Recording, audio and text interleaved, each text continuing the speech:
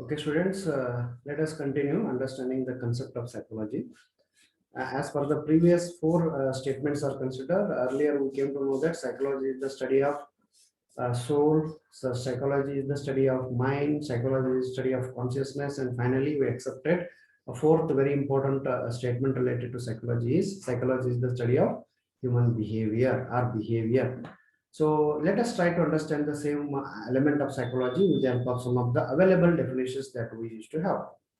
As per Oxford Dictionary definition is considered as per understanding the concept of psychology, what psychology is.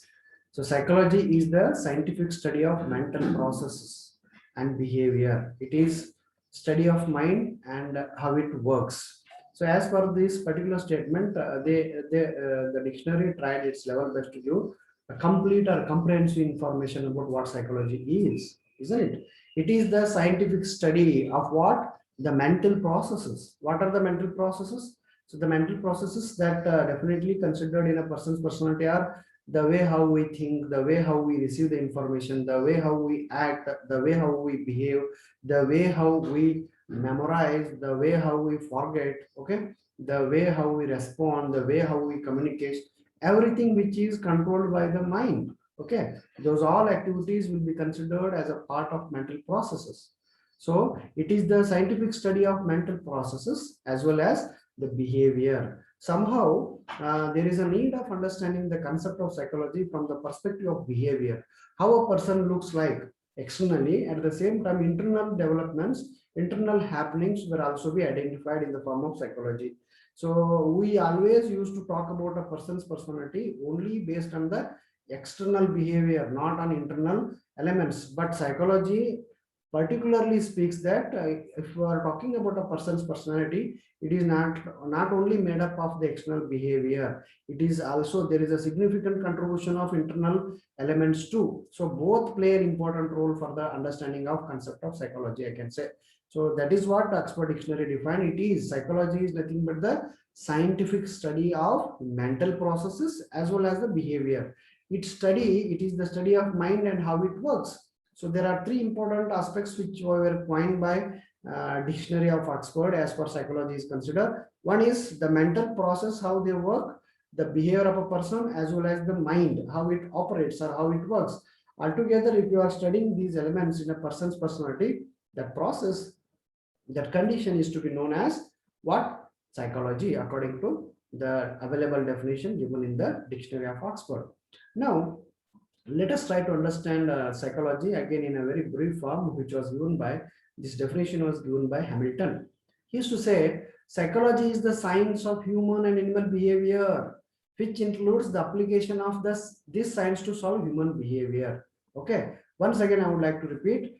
According to William Hamilton, psychology is the science of human as well as animal behavior, which includes the application of this science to solve human behavior. Whenever we used to get the situations or a condition or a problem or any type of phenomena that we are all actually surrounded by, those all elements are usually solved by the way of our behavior, the type of the behavior we actually individually developed in our personality. It is the science. Psychology is a science which will help human as well as other animals to show with the help of their behavior for how we are applying these science as per to get the solution for the problem. Okay, so day by day the same elements are usually followed by every one of us.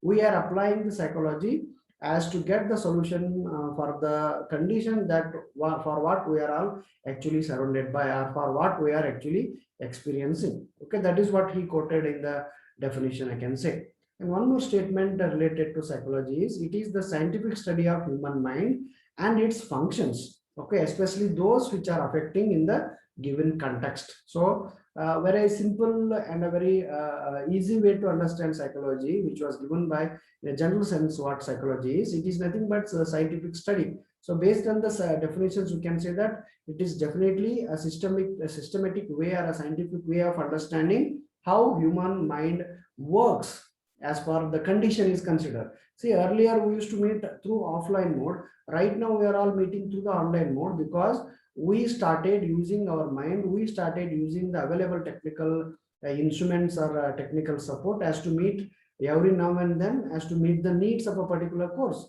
So that if we are doing all these activities because of the understanding the situation where we somewhat got the solution for the problem that we are actually meeting, or for what we are all actually experiencing. So that is what psychology, particularly speaking, it is the scientific study of human mind, what all we used to think, how do we react, how do we share our emotions, how we feel when we are happy, how we express when we are sad, how we get result, expected result, how, what will be the expression when the expected result was not received by every individual, then how do we react. So everything matters. It is purely the systematic or a scientific study of how human mind works.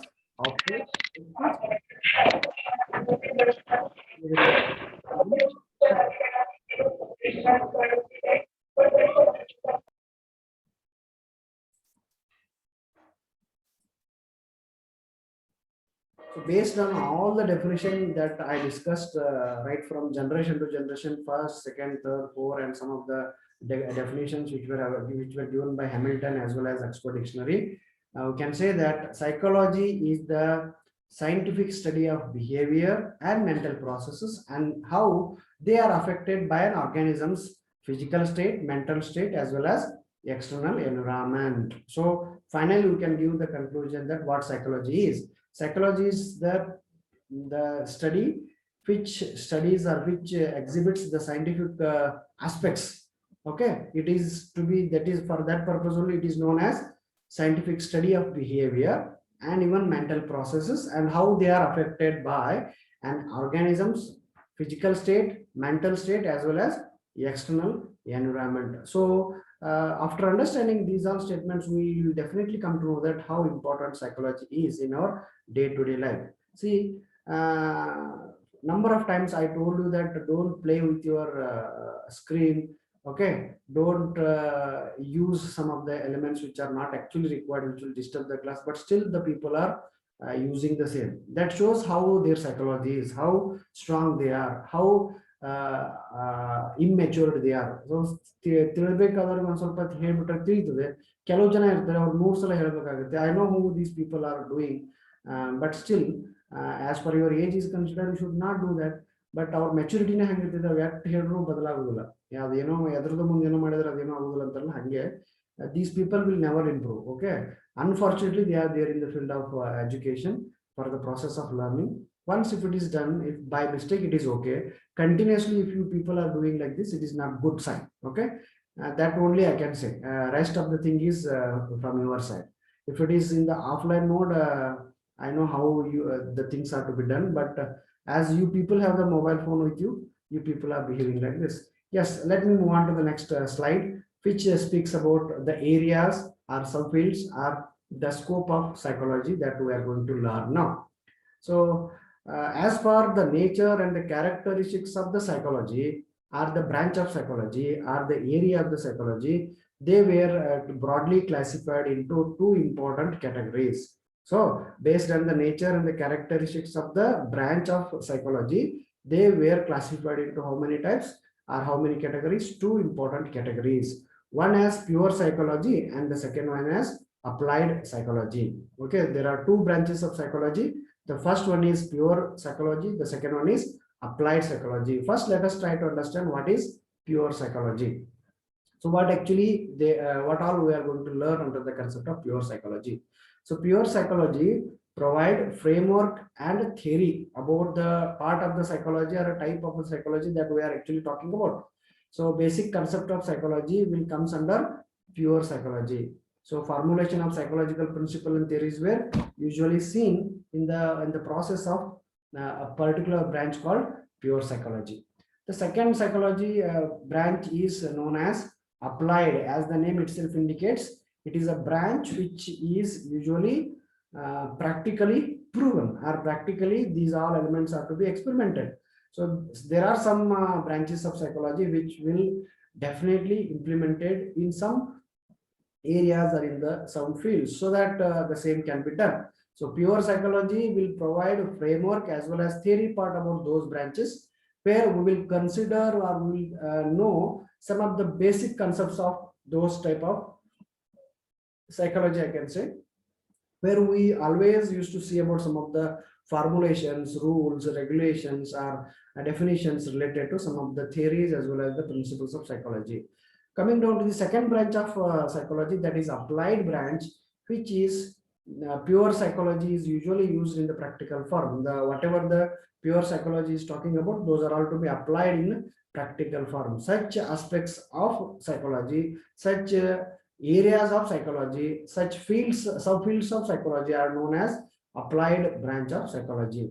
So here we will try to apply the principles, rules, regulation, techniques, or any competencies that will falls under the criteria of any subfields or area of psychology, I can say. Okay, this is how the scope of psychology is broadly classified into two categories. As I said, one is pure psychology and the second one is uh, applied psychology. First, let us try to understand the first branch of psychology, that is pure psychology, branches of pure psychology. So under branches of pure psychology, we have number of branch, again, types or subcategories, like we have general psychology, okay, we have abnormal psychology, we have social psychology, we have experimental psychology, even we have physiological or biological psychology, we have parapsychology, okay, and even we have geopsychology, developmental psychology, comparative psychology, cognitive psychology, etc. So these all will comes to us because they are specifically meant for some of the areas. Okay, these are the branches which are considered as pure branch. Okay, purely they talk about some of the theories, principles, or rules and regulations. The second type is of applied psychology. In this applied psychology, we have these many, like education psychology, we have clinical psychology, we have organizational psychology, we have legal psychology, also we have military psychology, political psychology, school psychology. So there are number of psychology branches we have in applied psychology. So just I would like to bring into your kind notice that what these are and how important these branches are. Okay.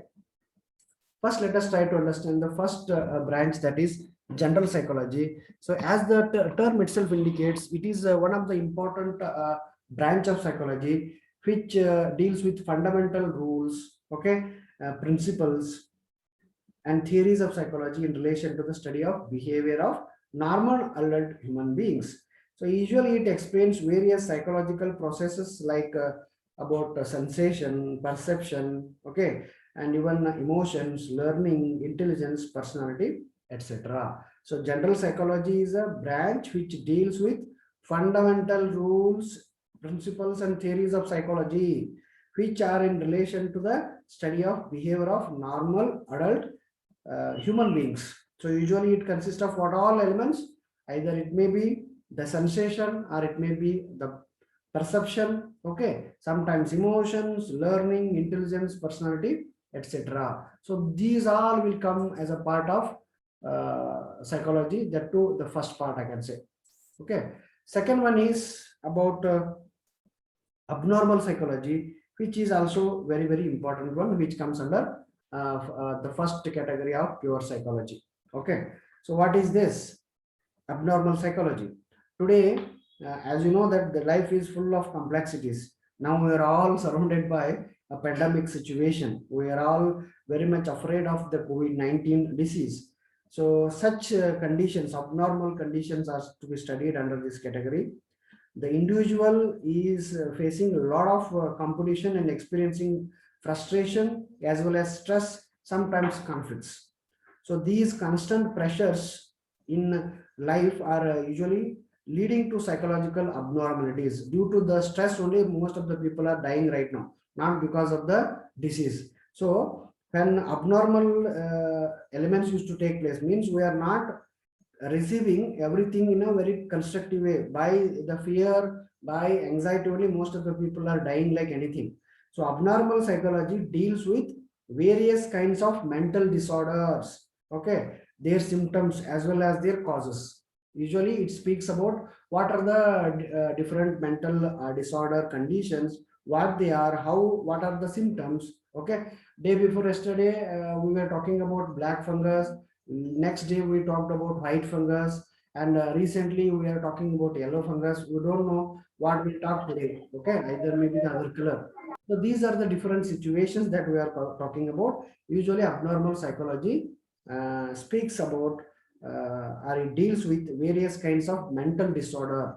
Whatever the problems or issues we have, as per our some problem is considered, stress and tensions, conflicts are considered. So that is to be identified with the help of a branch of psychology called abnormal psychology. Third one is social psychology. As the name itself indicates, it is the scientific method which is used to study social influences, or it may be social interaction, how we do behave. Okay, human being, as you know that we are all considered, human being is considered as one of the important social animal. ಮಾನವನನ್ನ ಸಮಾಜ ಜೀವಿ ಅಂತ ಕರಿತೀವಿ ನಾವು. Naturally, the behavior of an individual is usually influenced by the society in which we are all actually living in, and we usually in turn influences the society. As we are the part of society, we will definitely influence by some of the external elements, as well as we too influence on others. That is what we became one of the important part of the society. So social psychology always deals with interrelationships of people among themselves. What are the likes, what are the dislikes of the people. So based on social psychology only, we are all going to have some type of relations. Okay, they usually discusses about the likes and dislikes, attitude of the people, aptitude of the people, interest, or the prejudices that if an individual used to have towards social other people, how we behave in group, how we behave in an individual form, and even understanding group cohesiveness, group conflicts, etc. will be studied under this branch of psychology called social psychology. The next one is experimental psychology. As the name itself indicates, it is a branch of psychology which speaks about some of the experiments which are supposed to be conducted. Okay, which is definitely again one of the important branch of psychology, which shows, which will give you some of the evidences for what you are all talking about. Experimental, the name itself indicates, it is a branch of psychology which speaks with the help of proper evidences. It may give some of the solution to the problem that a person is actually meeting or experiencing. So those problems are to be resolved with the help of available resources or evidences, and based on understanding the root cause, there may be the possibility of giving the right type of solution under this category, which is known as experimental psychology. Next is physiological or biological psychology. The examples were given in the slide is MRI scan, CT scan, etc. That this branch usually discusses or describes the biological basis of the behavior. So how, what all the characteristics a person used to have biologically or through the help of hereditary factor, what all characters we do receive physiologically or biologically. So there is a close relationship between body and mind. I think you know the functions of each other are mutually influenced on each other. So body and mind are inseparable, they work together, they influence on each other. The functioning of the brain, the nerve system, okay, as well as the different glands and their relation to cognitive, cognitive and affective behavior are usually a part of this particular type of psychology, that is biological or physiological psychology. Next one is parapsychology. As it is rightly said that somewhat it is connected to the example for parapsychology or telepathy or rebirth. Which, what actually the meaning of parapsychology? Some of the psychological experiences are beyond the reach of 5 sensory organs like what we have. So that is why they are called as extrasensory perceptions in psychology, ESP. Okay, ESP stands for extrasensory perceptions. That is what sixth sense we used to call it as. So some of the phenomena which were studies under extrasensory perceptions may be different. So out of them, telepathy, okay, psychokinesis, psychokinesis, pre-recognition, reincarnation, contacting the souls by a particular way of talking, okay, Those all aspects were usually studied under parapsychology, but for this there is a need of very good experiences as well as the study of the detailed form of this particular branch. Usually there are some television programs which were usually broadcast or telecast such kind of programs, like they used to talk about punarjanma or rebirth of a person by hypnotizing them. Okay, so some areas of that aspects will definitely comes under a branch of parapsychology. Next is about geopsychology, which shows or which studies the effect of change in environment. We used to get the information about yes, by next week there will be a heavy rain due to climatic change, something. Okay, those type of information used to be provided by some of the experts, and that is what how there are changes used to take place in the environment. If we used to get some information about geographical condition, then that branch of psychology is to be known as geopsychology, which help us to get the effect of changes in the environment every now and then.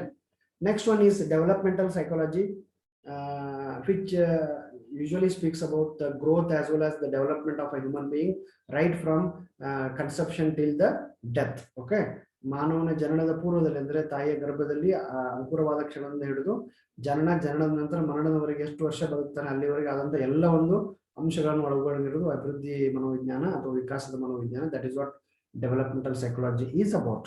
Okay, human life, as you know, that passes through various stages. We might have heard, we'll discuss about these all elements in the next units according to your syllabus, like infancy level, okay, childhood period, early childhood, later childhood, adolescence, next is adulthood, old age. Like that we may come across different phases in our life. So we used to pass different phases or stages of development from the day of conception to the last breath of a person.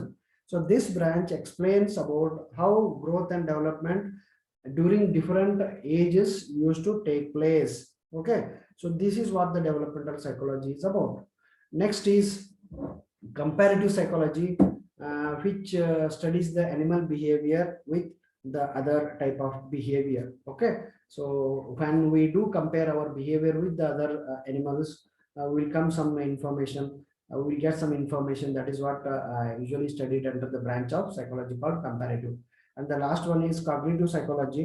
As the name itself indicates, it is the type of psychology which speaks about the thought processes as well as the cognition. This is about the first branch of psychology called pure branches of psychology. Okay,